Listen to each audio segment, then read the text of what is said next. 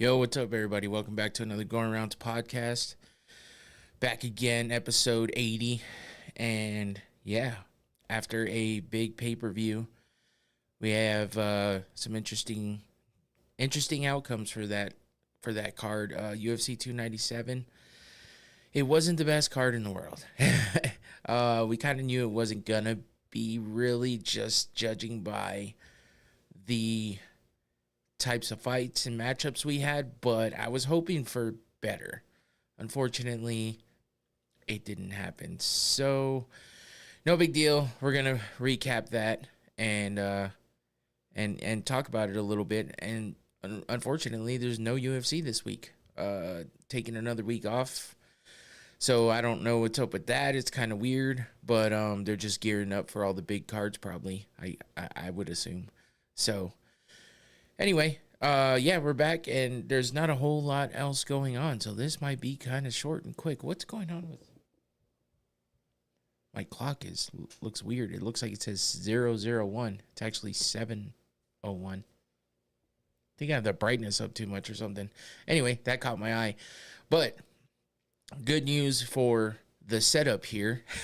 I got my new camera in. So hopefully, if you've noticed those red flash outs that I have, and I'm sure you've heard me complain about it because it drives me absolutely crazy, that shouldn't happen anymore. I've had good luck so far. I've only used it one night, which was Tuesday night on the Technically Unsound podcast. Had no problems, and it worked out pretty well. I feel like it looks pretty good. Doesn't have as wide of an angle, wide of a view, I guess. It's a little cut off, but less than the other one was. But I think it looks pretty good, and hopefully that gets rid of all of my issues that I was having. I actually have my other camera set up right up there, and I have a kind of a top-down view. I had everything to make it work. So I'm like, you know what? I'll use it as an alternate view here and there. Might be good. It could be a fun thing to work with somewhere down the road. And also, you know, maybe when I have guests in here and stuff, I might utilize it a little more. But either way, I got the new camera, so I'm pretty happy about that.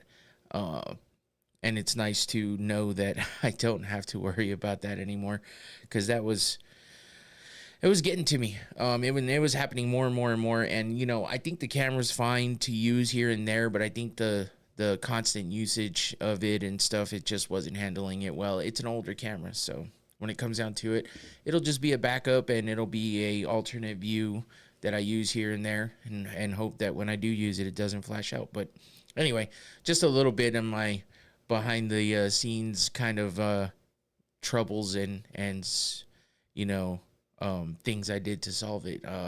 Luckily, I made some extra money and some stuff I did for a friend, so I used that to buy a camera, which worked out pretty damn well, I thought, which is nice, because, you know, I was contemplating whether I wanted to buy it or not.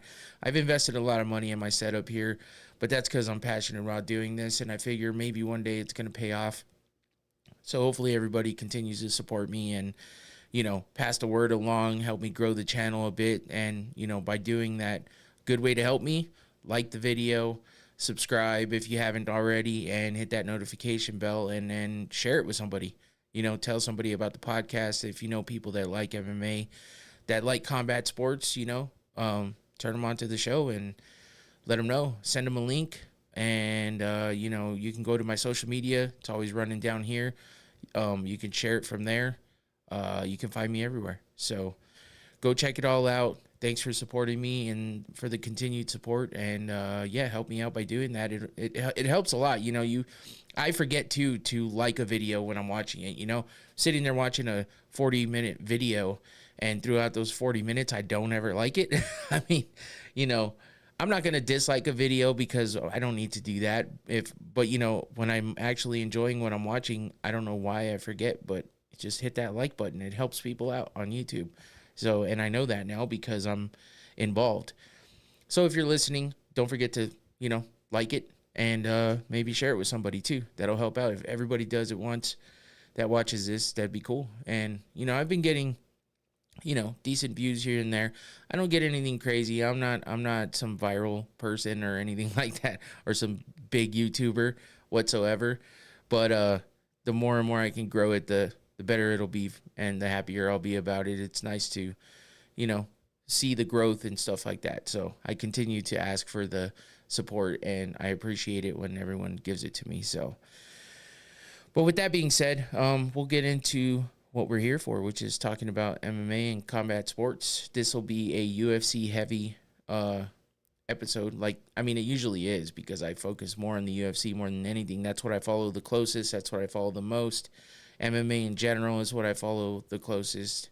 But I still like to share everything else that's happening, and share my knowledge of anything else I do know that's happening in the combat sports, including boxing, jiu-jitsu, kickboxing, all that good stuff. So if you're here for all that, you're in the right place. And if you're not, well, I hope you like what you see and maybe learn some stuff. That'd be cool too. I always have my drink in my UFC glass. Old fashioned, that's what I like. So I make them all the time. I have to enjoy one while I'm, on the mic talking about what I like. Grab a drink, join me. Let's go. Let's get into some combat sports news. It's what I like to lead with. And we have some big news coming from the UFC. They've been announcing fights here and there for UFC 300, being that that's going to be one of the biggest events that happen coming up here soon. I mean, there's some big events happening regardless. Next month is the UFC 298, Ilia Topuria versus Alexander Volkanovski.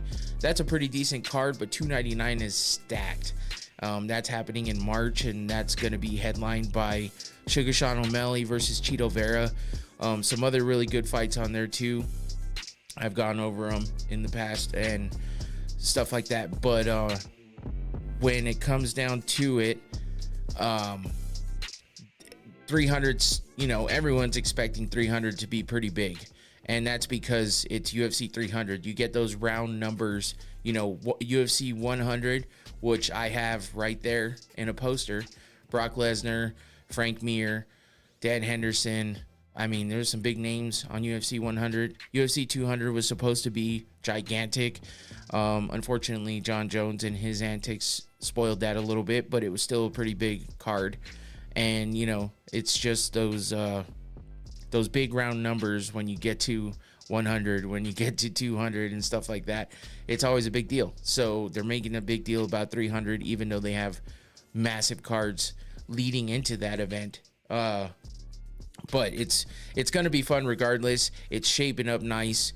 So far, we have some pretty damn good fights on that card, including Dustin Poirier versus Benoit Saint-Denis. I can't even think of everybody right now that's on that card, but they've been adding more and more and more big fights, and they've yet to add a main event. And that main event is supposed to be pretty damn big if they can make it happen. That's the last one left for them to announce, I believe, because they just announced this. Holly Holm versus Kayla Harrison. And Kayla Harrison was not in the UFC. If you've been following along, if you've been listening, if you've been watching my shows, you would know Kayla Harrison is a big star in the PFL. But that is no longer the case. Now, Kayla Harrison has moved over to the UFC. Much anticipated move. She's not, on the surface level, she's not at the top of her game like she was before, because she's no longer the champ of the PFL. She's no longer winning tournaments at the PFL. She's been dethroned by Larissa Pacheco, which, it is what it is. Like, everyone's bound to get beat at some point, unless you're Khabib, who gets out before anyone gets a chance to beat you. And no shade on that. Khabib's one of my favorite fighters of all time. But, he got out while he was on top, and he was undefeated. Not too many people do that. So whether or not he got out too early, people want to say he's ducking this person, that person. Say what you want, but Khabib is a legend, and he's going to be a first ballot Hall of Famer regardless of what anybody thinks. Maybe the strength of schedule wasn't what you wanted it. Maybe he didn't defend enough. Blah, blah, blah, blah, blah. Get the fuck over it, okay? When it comes down to it, he retired undefeated, and never was dethroned. He vacated his title and he retired. He promised his parents he would promised his mom he would retire because after his dad passing, she didn't want him fighting anymore. So he did it. He had personal reasons, but not too many people retire undefeated or are undefeated or retire undefeated. So for that to happen is pretty rare. So for Kayla to have finally been defeated, it is what it is. It humanizes her, you know, and maybe it sparks something in her. But she has talked about maybe, you know, being at the tail end of her career. So she was I think she was just kind of getting bored of the competition, the level of competition she was facing in the PFL.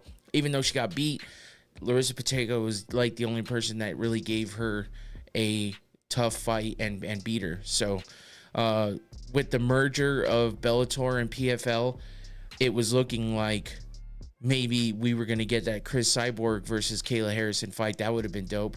That would have been a pretty badass fight, and that was a much anticipated fight as well. But, you know, Cyborg is kind of up in the air with what she's doing. Who knows what's happening with the acquisition of the organization and how everything's going to pan out. I talked about last week the PFL versus Bellator champions fight that's going to happen, I think, next month. But, you know, Chris Cyborg had nothing to do with it. Kayla Harrison wasn't involved in it, and she was at the end of her contract. So she decided, and you know, there wasn't a whole lot of rumblings going around. There wasn't a whole lot of, what do you call it? What am I trying to say? There wasn't rumors even of her in talks with the UFC. That's usually what you see, in talks with to sign with the UFC, blah blah blah blah. None of that. I didn't see any of that leading up to this, and all of a sudden, out of nowhere, Dana White drops it. Holly Holm versus Kayla Harrison, because Kayla Harrison is now signed with the UFC and is now on the UFC roster, and she'll be fighting Holly Holm at UFC 300. And what sounds like it's probably going to be on the prelims, which is crazy. That's how big of a card UFC 300 is. Maybe not, though. It might be on the main card. But, you know, Kayla Harrison's a star. She's a big name. Holly Holm, former champion, fought the best of the best, was the first person to ever, you know, knock out Ronda Rousey and beat her in the UFC. She's a big deal. She's in the Boxing Hall of Fame. She is a retired boxer, and she hasn't put on the biggest, greatest fights ever for most of her career, but she's still a pretty big name in the UFC due to what she has accomplished. So, you know, what she did to Ronda Rousey was one of the biggest, most exciting things that she's done, but she's a fantastic fighter. She's a hell of a fighter. And, yeah, she'll be facing Kayla Harrison, who is a, you know, world champion judoka. She's a Olympic champion. She has 2 gold medals in judo in the Olympics, I believe. And I mean, she's a world champion in judo. So, and she's been a world champion in MMA in the PFL, and she's won it multiple times and defended it multiple times. So to have her in the UFC now to fight somebody like Holly Holm, it's a pretty damn big deal.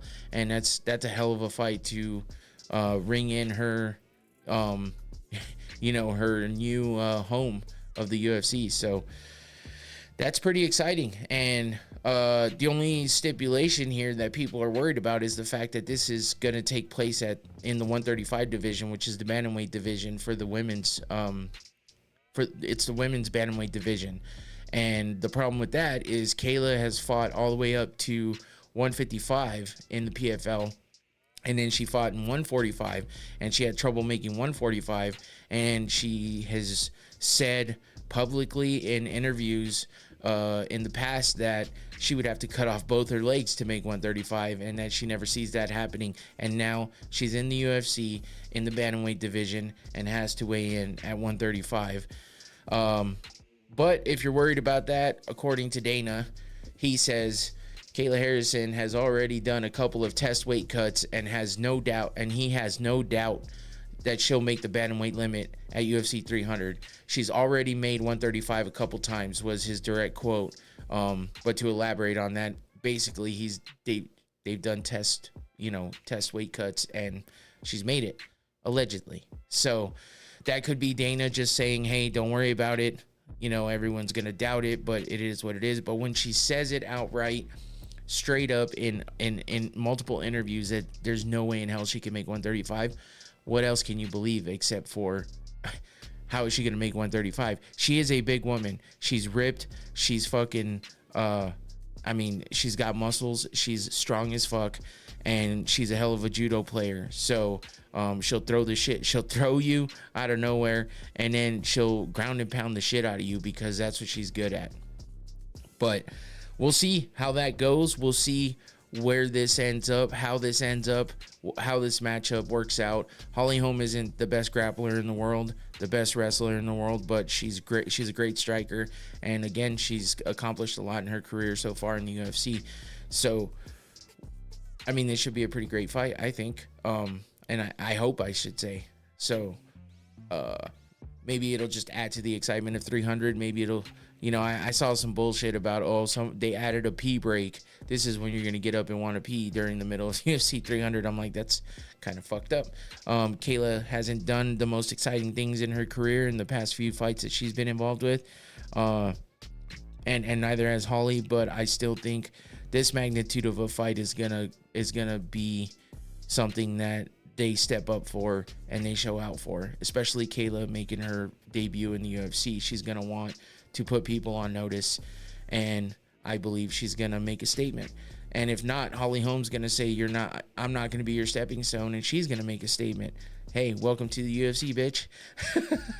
So we'll see how that goes. We'll see how that happens. UFC 300. Sticking on that. Oh, got a seed from the orange in there. What the hell? Sticking on the UFC 300 topic, though, Dana White also says, Dana on 300 main event. I just gave you guys a 300 fight. When will you get the main event? You guys can't even handle the main event. We're working on a couple of different options. Trust me, the UFC 300 main event is going to be crazy. We have a couple of options for the main event. I'm still playing with it. When it's time, I will give it to you. That's his response for the constant questions.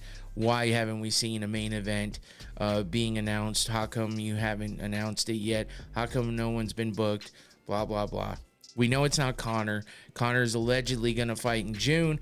That was something I was talking about a few episodes ago, because Conor came out and said it after there was the reports of Dana meeting, talking about on Twitter that he was meeting with Conor after Conor made his gripes public on during the Tyson Fury Francis Ngannou fight, saying his patience was wearing thin.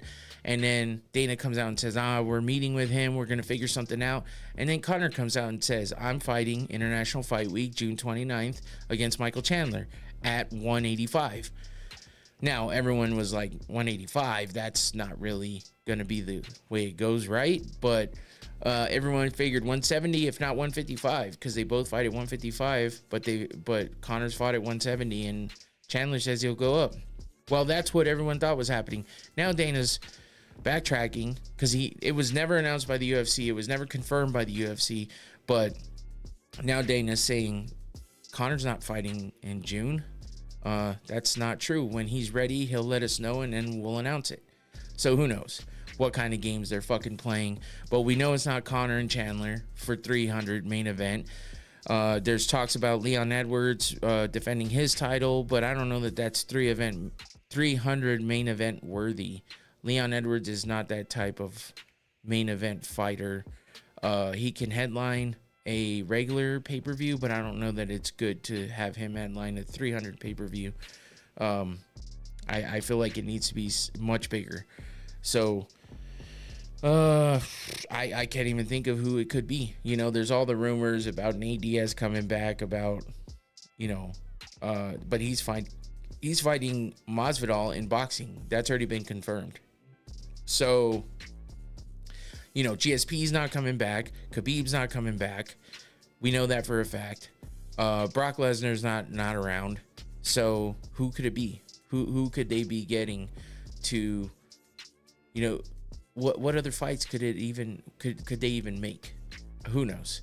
But we'll see. We'll have to wait and see. And of course, I will be all over it when it does happen. So that's it for UFC news as far as new signings, new matchups, and UFC 300 news. So let's move into the only combat sports event that's happening this weekend, I believe, at least out of a big organization that everyone knows. One championship is having an event on, it appears to be on Sunday, which is weird because they've been doing it on like Fridays and Saturdays, and all of a sudden we have a pay-per-view on Sunday. So maybe it's because it's taking place in Tokyo, but apparently it's at 5 p.m. JST. I don't know what that is, so I should check and see when that's happening here. 165.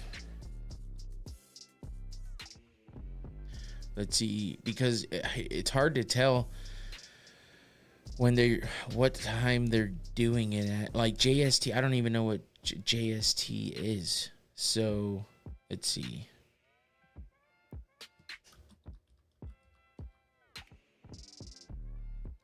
Current local. Oh no, that's not it. Oh man, I don't even know how to figure it out. It's not like the UFC where you can kind of check and see just straight up on their page. So anyway, it's happening Sunday. The main event is Superlek versus Takeru in a kickboxing championship fight at Flyweight Kickboxing World Championship. Superlek is pretty big and well known in kickboxing. So, you know, him and Rotang had a big fight not too long ago. So that should be a good one. That's your main event. And then your co-main is a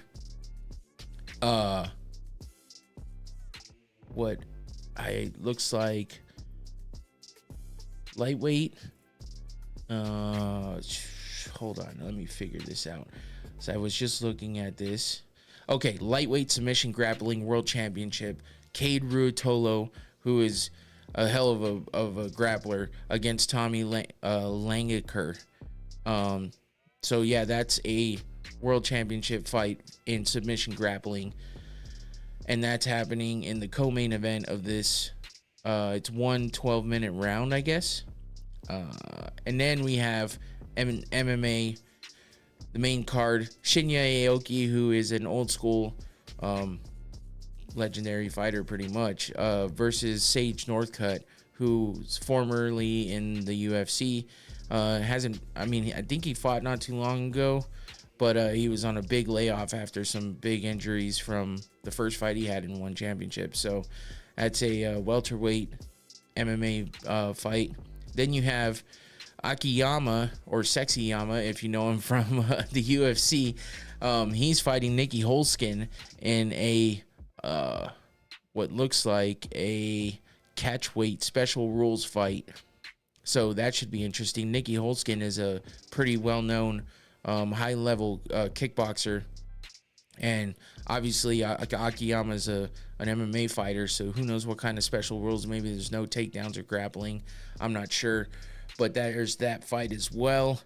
Let's see. And then we have Gary Tonin, who is a high-level jiu-jitsu player who turned MMA fighter, versus Martin Wen, fighting in a featherweight MMA fight also on that card. Then you have Itsuki Hirata versus Ayaka Miura in an atomweight MMA fight as well. And that's about it for that card. That I don't recognize too many people. There's 4 fights on the undercard as well. If you're a one championship fan, I would assume you might know some of these people, but I don't follow it that closely.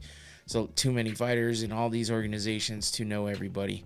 But, you know, it's fun to see some of these. You know, one championship has kickboxing, Muay Thai, submission grappling, MMA, all that. Special rules fights, they do everything. So it's fun to watch. It's cool. If there's nothing else going on like this weekend, it's a good time to take take a peek at it. It is a pay-per-view, so I guess you would have to pay for it if you want to watch it, which is unfortunate if you're not really into it, but I mean, it could be a good one. So yeah, enjoy that one if you're into One Championship and you decide to check it out.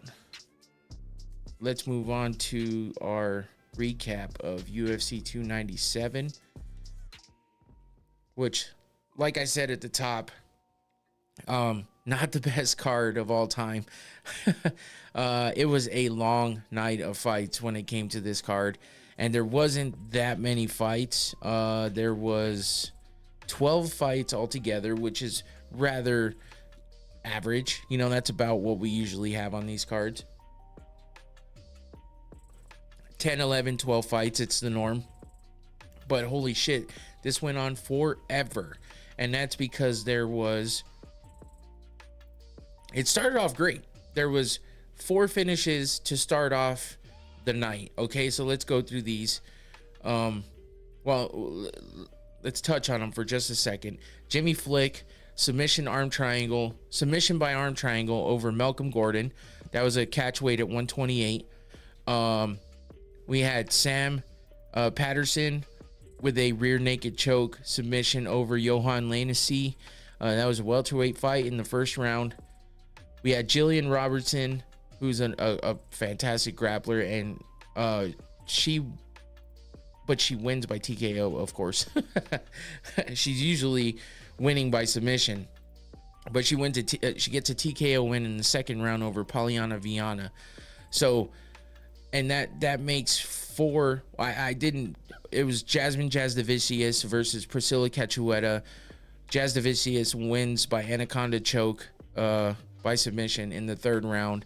I'm gonna actually highlight that one a little bit and talk about that one a little more in depth, because that was a crazy fight, and that was the second fight of the night. So it was starting to look like it's gonna be a great night of fights, and then we unfortunately ran into a fucking crazy just decision night. Ramon Tavares versus Sirihis Sidey, split decision. Sean Woodson versus Charles Jourdain, split decision. Garrett Armfield versus Brad Katona, unanimous decision. By the way, Armfield beats Katona, Woodson beats Jourdain, Tavares beats Sidey. Then we move into the main card, which we'll touch on that as well. But just to finish breaking this down, decision, TKO, decision. So 1, 2, 3, 4, 5, 6, 7. Right? 1, 2, 3, 4, 5, 6, 7 decisions out of the 12. So we only had 5 finishes and 7 decisions. That would explain why it took so goddamn long, because we had 2 title fights that went the full 5 rounds. So that's 25 minutes apiece. So basically think of that as 30 minutes. That's an hour right there for the last 2 fights, an hour plus. And then you have all these decisions. The TKO the one TKO in the main card happened in the third round. So 4 minutes and 45 seconds into the third round, which means there was only 15 seconds left of that fight when it ended. So you almost basically should have gone to decision as well. So you have all these decision fights. It took so fucking long. And I was hyped, thinking with the way that those first fights went, that we were going to have a great night of fights. It was going to be action-packed. It's going to be one of those sleeper cards that everyone was talking about. This card sucks. There's not any really good fights. This is a snooze fest. Sometimes you get the best cards when that happens, and this was not one of those times. So, I mean, it sucks because, I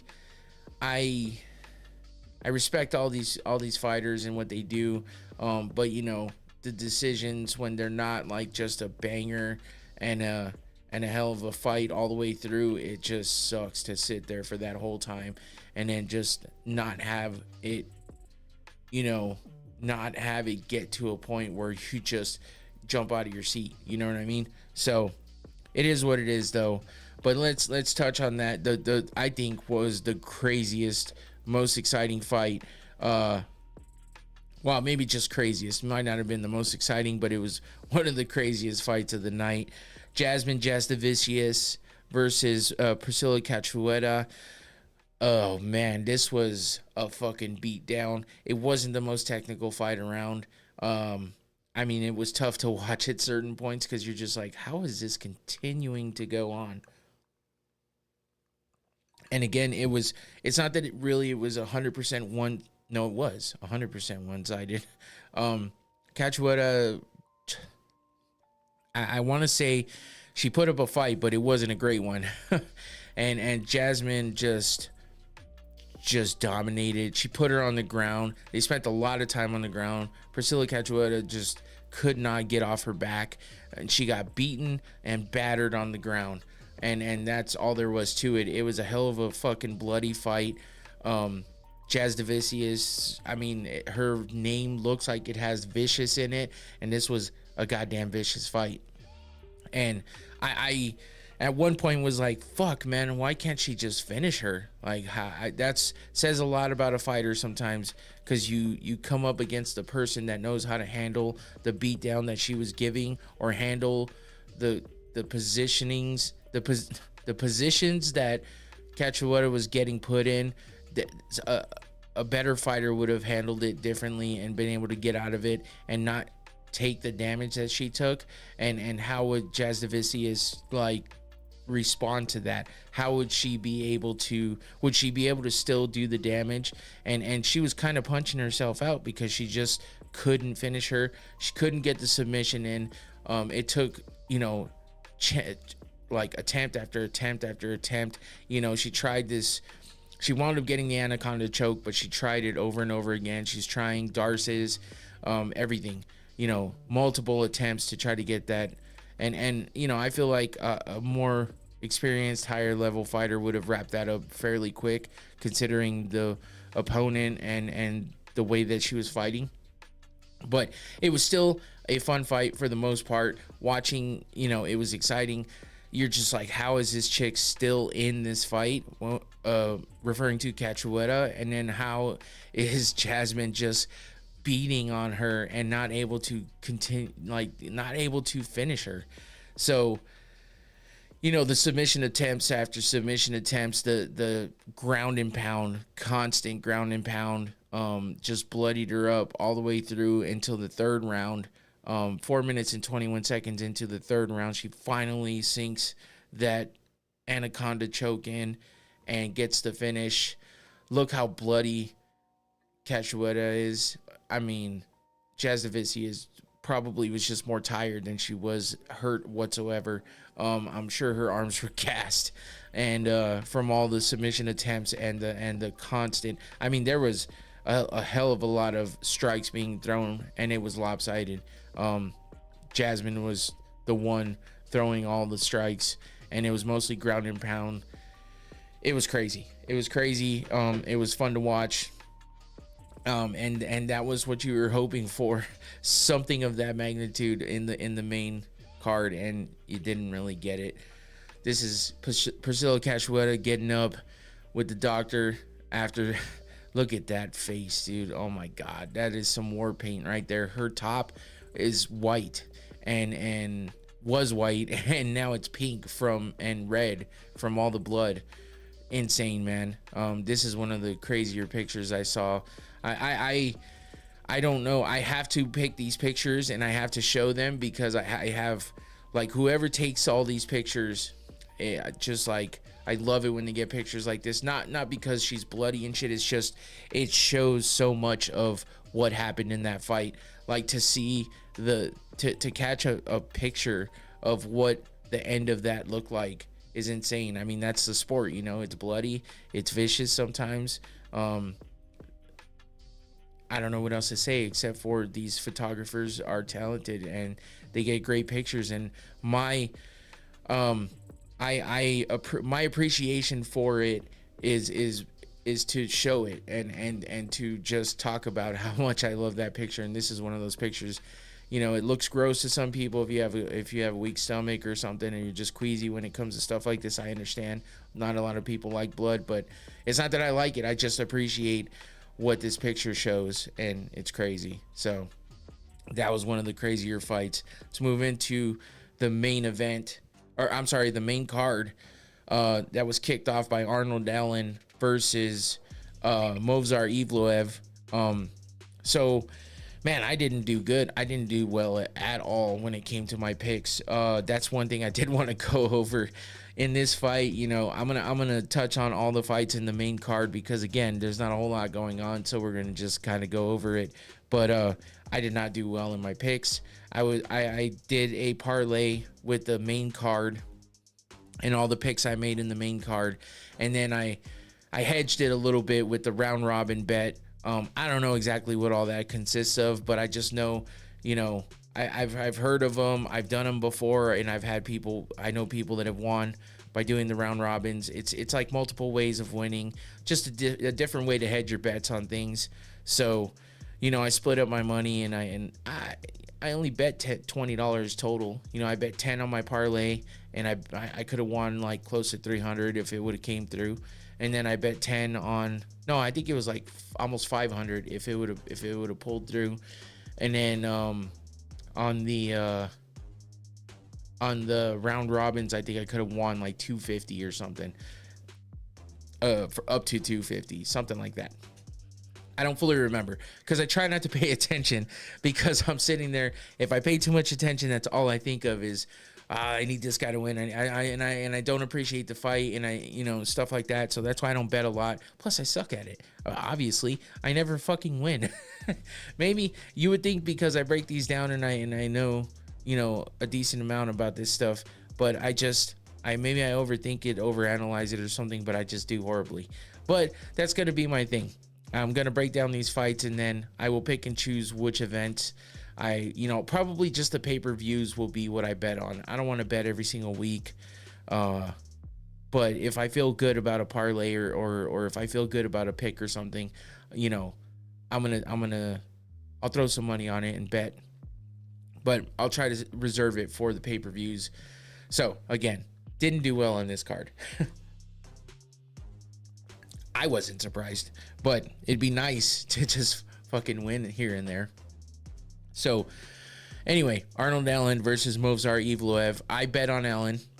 He was the underdog, and I was hoping that, while suffering a loss in his last fight, and that being his first loss of his career, I was hoping he would bounce back and, fight hard to get back in that win column and shake off that loss. But unfortunately, Movsar was a game opponent, man, and he was just a bit too much for Arnold, unfortunately. But I mean, it was a pretty close fight. It came out to be a unanimous decision win for Evloev, but Allen put up a good fight. He just looked off. He didn't look, he just couldn't put it together and figure out Evloev.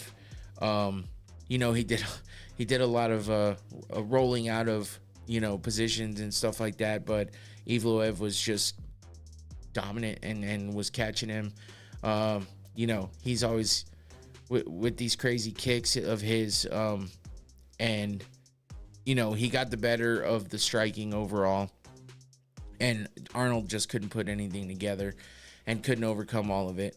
So there was a little bit of some controversy during this fight, and that's because at one point, Evloev kept going for shots, taking him down. Arnold would try to get up fairly quickly, but in the process of getting up, they were trading positions, and basically at one point, Evloev was trying to be a downed opponent by bending over and putting a hand down. And I guess in Canada, they still haven't adopted the new rule set. So it doesn't have to be weight bearing. It doesn't, as long as you have something other than your 2 feet on the ground, you're considered a down opponent. It's the old rules. They haven't adapted to the new rule set. So he was playing the game. And he was putting his hand down, picking it up, putting it down, picking it up. And Arnold Allen was throwing knees when trying to time it correctly. And he wound up kneeing him in the head, on the side of the head. while Evloev was considered a downed opponent. The ref stopped it. Only gave him a warning, said it was accidental, so he didn't take a point or anything, but it just didn't do good for Arnold. It stopped it busted open Evloev on the side of his head. This wound up being what it looked like. He had a pretty big gash. He was bloody. They stopped the fight. They checked it out, and then they continued, and Arnold just couldn't pull it off. Unanimous decision win for Evloev. So that was my first loss of the night, and the first decision on the main card. Then we move on to Chris Curtis versus Marc-Andre Barriault. And I mean, this was a decent fight. It wasn't really, I wouldn't say it was boring, but there was nothing crazy happening in this fight. Just some exchanges. Barriault got bloodied up. Chris Curtis at one point was, I guess Dominic Cruz said something like, it looked like he was just sparring.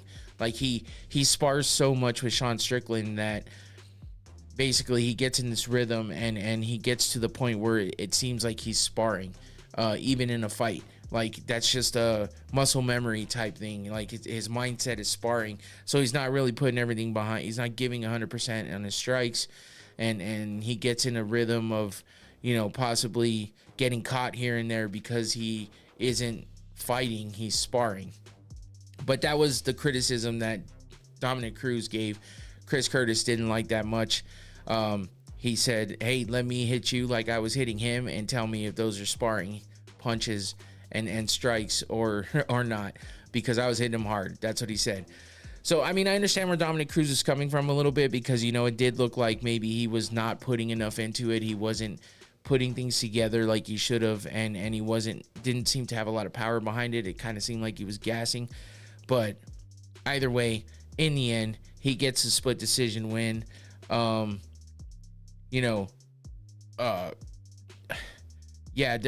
wasn't a whole lot to this fight. Like I said, Marc-Andre Barriault was the underdog, but not by much. And Chris Curtis is one of those guys that kind of drops a fight here and there in between. He's kind of I wouldn't say a streaky fighter, but it's like, yeah, I mean, he was coming out that no contest. He had a loss before that, and then he had a win-loss and then some wins before. So, Chris is one of those guys that hasn't really put it all together and been on a real big long win streak yet. But Marc-Andre Barriault a lot of people were high on this guy and were thinking for sure he was going to be a lot more dominant in this one. He was on a 2-fight win streak before this, and he looked really good in those fights. So, unfortunately, though, he didn't come up with the win. Chris Curtis got the best of him and comes out with this win. And, Curtis was pretty happy about it, obviously. And it was just not a good night for the Canadians. This fight happened in Toronto, and the Canadians went 0-7 or something like that. I think there were 7 Canadian fighters, and they all lost, which is crazy considering the last time I believe they were in Canada, it was I think they almost swept the night. But it wasn't that wasn't the case for this night. So we'll move over to Neil Magny versus Mike Malott. And Mike Malott being probably the most popular Canadian fighter on this card. He's the guy that people have gone as far as saying like, oh, he's going to be the next GSP and stuff. But I think they jumped the gun a bit. And he is a great fighter. He's had a good showing recently. He's been pretty impressive. And, he was 10-1. He was on a 3-fight win streak. Shit, more than that if you count fights out of the UFC. But I mean, he came from Dana White's Contender Series, and he had a bunch of finishes. I mean, in the Contender Series, he had a submission. His first 3 fights in the UFC were all finishes: TKO, submission. Great submission fighter. Good striking.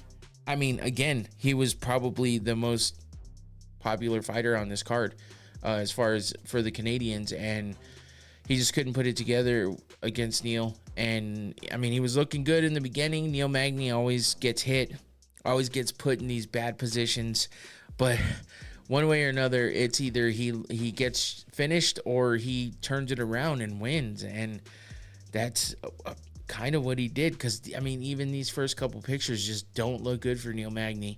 And you know, he's been labeled a gatekeeper because he just can't seem to put it together enough to get to that title fight, which is, I mean, it's a damn shame because he is a great fighter, but he just doesn't have that it factor that puts him above other people. So, I mean, he's soft-spoken, kind of. He doesn't say a whole lot. He doesn't talk a whole lot of shit. And, you know, he's just an up-and-down fighter. And, you know, he's just one of those guys that's tough to get past. But then, you know, just when you think he's putting together something to get him to that title, he drops it. And then he just can't make his way back. So it sucks for Neil Magny, but, you know, a lot of people have to test themselves against him. That's definition of a gatekeeper. And when it comes down to it, Mike Malott was trying to do that here. You know, he had some submissions that he was almost able to get a hold of, putting the striking in on him, taking him down, stuff like that. But Neil Magny just figures out a way to turn it around, and, you know, winds up in the better positions, winds up getting some ground and pound in, and finishing him with TKO by punches in the third round, 4 minutes and 45 seconds in. So, I mean, this fight probably could have been stopped like 20 to 30 seconds before it did get stopped, because he was just beating on him, and the ref was giving Mike Malott every chance in the world to come back and get out of there. But at one point, I'm like, he's not even defending himself, really. Not intelligently. He was turtling up and almost was like not even moving. So it sucks for Mike Malott. You know, the Canadians were let down, unfortunately, because he was definitely the home favorite. But yeah, I mean, Neil Magny again just finds a way to get out of there and win. Get out of there with the win and a finish on top of that. The only finish in the main card, which was unexpected considering Neil Magny and the way that his fights go sometimes. So for him to pull out that win after looking like he was going to lose, Mike Malott just, he couldn't survive. So if he would have survived those last 15 seconds, he definitely would have got the win, because, you know, I wouldn't say he full-on dominated the first couple rounds, but he was definitely looking like he won the first 2 rounds. So that even if he lost that last round, I believe he would have won had he got to the bell. But that's how it goes sometimes. Let's get to the co-main event, the women's title fight. Mayra Bueno Silva versus Raquel Pennington. Oh man, this fight. I was a bit annoyed with this fight. I don't like Mayra Bueno Silva that much. There's something about her that just drives me nuts. And Raquel Pennington is one of those fighters where if you have a higher caliber fighter than Bueno Silva, Raquel's not winning this title. Just because that's what we've seen out of her in the past. She has just not been able to make it past the higher level fighters, the more upper echelon elite fighters. She just can't seem to put it together and get a win over them. One way or another, she loses. So Bueno Silva's been on, you know, somewhat of a tear. She's looked decent in her fights before this. I wouldn't say she looked like a world beater, but she definitely, you know, she had the no contest against Holly Holm, but she actually submitted her and finished her. So that was impressive. It's just she got popped for the Adderall, so that turned to a no contest. But she was on a win streak. That would have been a 4-fight win streak without that being overturned. And she had 3 of those 4 fights were by submission. So, you know, she's a great submission fighter, great ground fighter. But she didn't have the strength of schedule. I mean, Holly Holm was the biggest name she beat. Not that Holly Holm's a you know, like a low level fighter. I mean, or you know what I mean. It's not like she wasn't a great fighter. It's just that Holly Holm, it's not like she's in her prime right now. So that's like the biggest name she's beat. So it just kind of seems like maybe they rushed her into this fight. I don't think she would have beat Juliana Pena whatsoever. I don't like Juliana Pena much at all, actually, but I believe she would have dominated the hell out of Mayra Bueno Silva.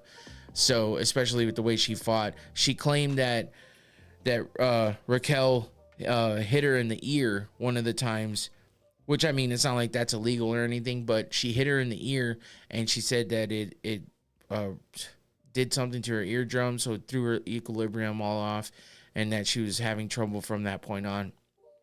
But I mean, she tried, she was in a good position for submission, but couldn't lock it up. Rocky kept getting out of it, and Raquel,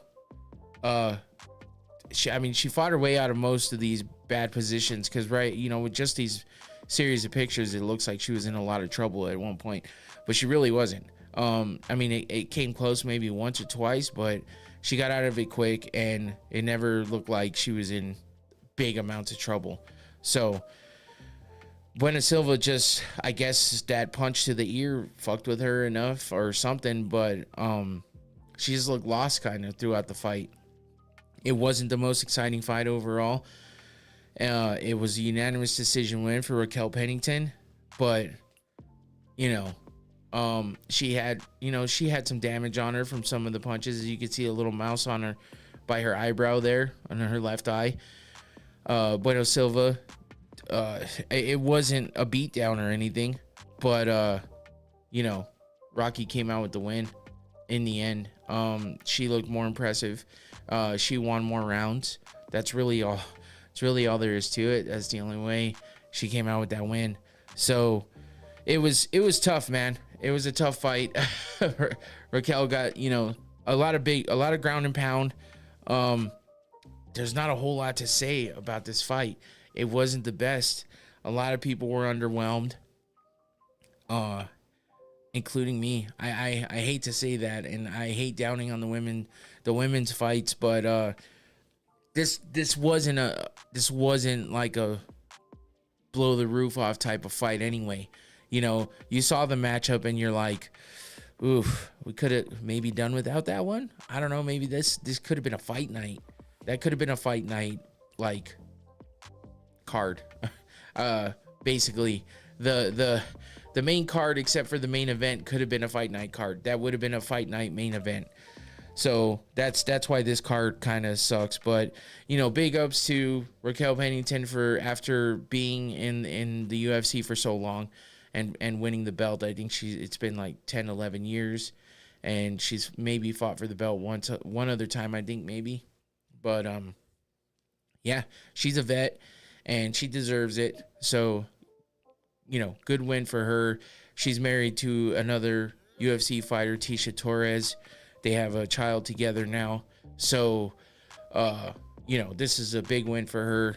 I don't see her keeping that belt very long.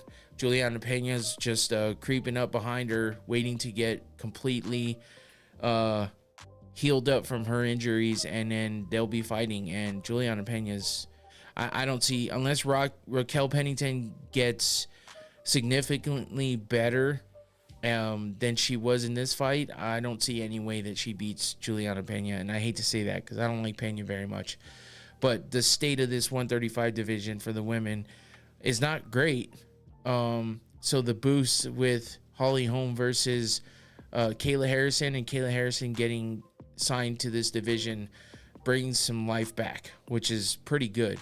That's what it needed. Amanda Nunes just running through the entire division and lapping them basically, and then retiring because there's nothing else for her to do.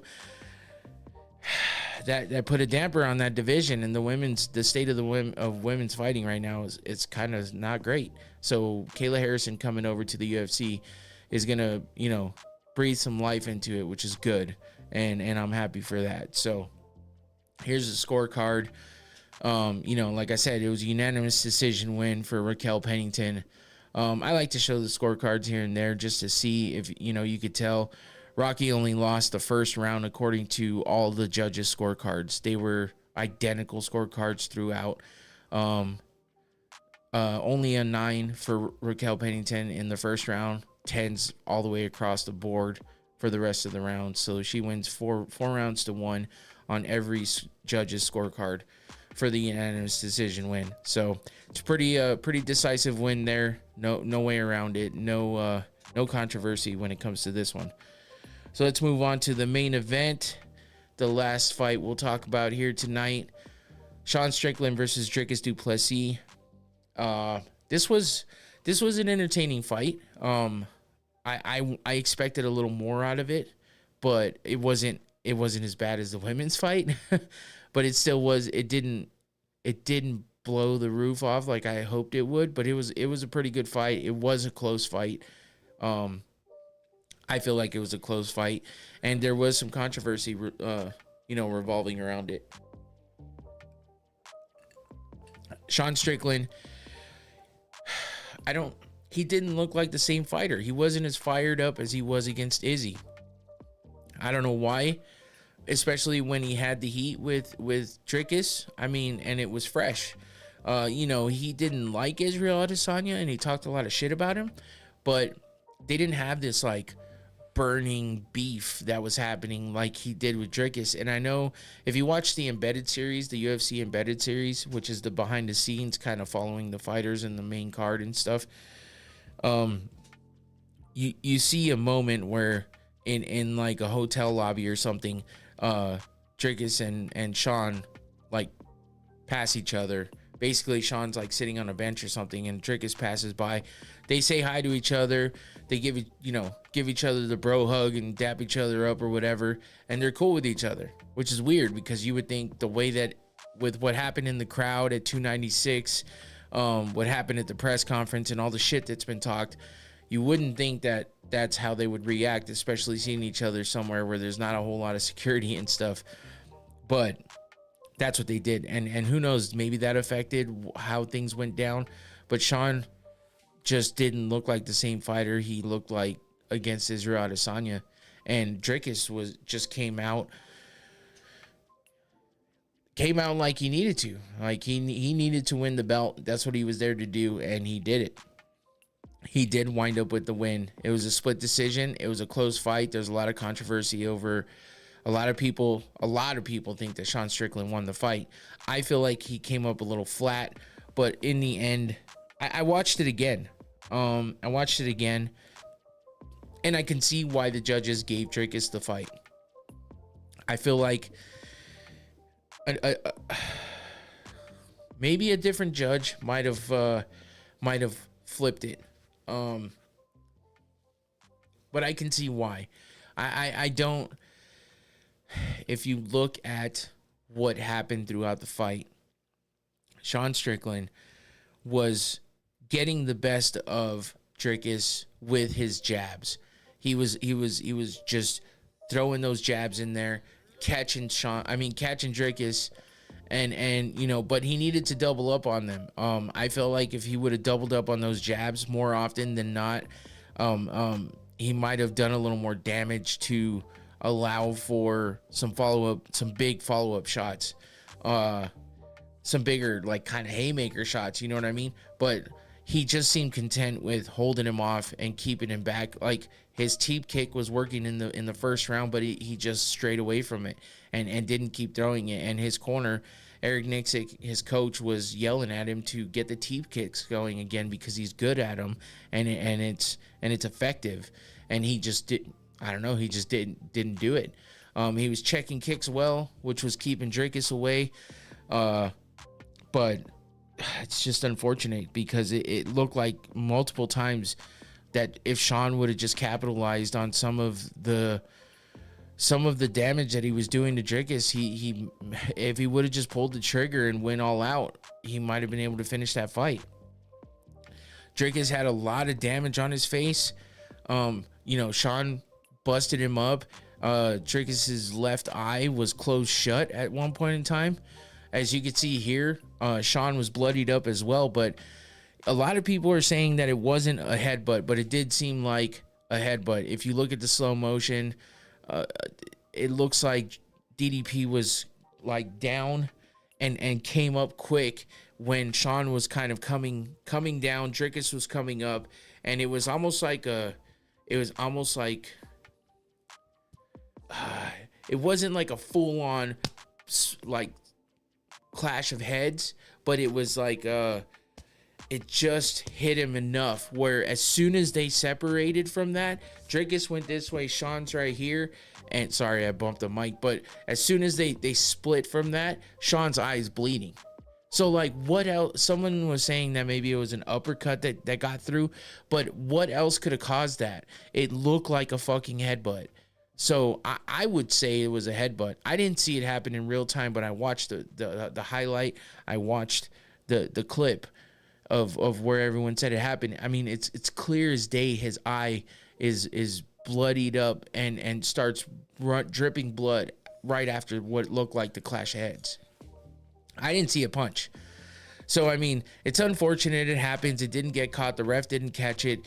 Doesn't matter because in the end, but that affected Sean quite a bit. That happened in the 4th round, I believe. Yeah, in the 4th round. But I mean, it affected. He said as soon as the headbutt happened, he couldn't see, and of course he didn't say anything about not being able to see because that could have ended the fight. But for him, he said that cost him the fight. So, but I mean, a lot of people still thought that Sean won, regardless. Drickus did connect with a lot of these head kicks, and you know his leg kicks weren't working well. He uses those quite a bit to get in on people, but Sean's good at checking kicks, and he was checking those kicks very well. So you know, Drickus was throwing some body kicks that landed here and there, but the head kicks were getting through more times than none, which you know I'm sure wore on Sean, and it looked bad in the judge, you know, for the judges because those were landing, and it didn't look great for Sean, but and then, you know, DDP was throwing these big overhands too, which is weird. He was using them. He wasn't throwing these big winding punches, you know what I mean? But he was kind of throwing the overhand as almost like a hook. You know, like you're in here and you're just like throw that quick hook. He was throwing an overhand like a hook, which was it was kind of weird. I was like, what the fuck was that? I mean, it looked sloppy. It didn't look very technical, but it was being pretty effective because he was landing them. He was getting them through the defense of Sean. You know, Sean's good with that Philly shell and that shoulder roll, but he was throwing the overhands left and right side. And with the left side, it seemed to be getting through that Philly shell defense that Sean has. So, yeah, I mean, yeah, again, it could have gone either way. It really could have. And, sorry,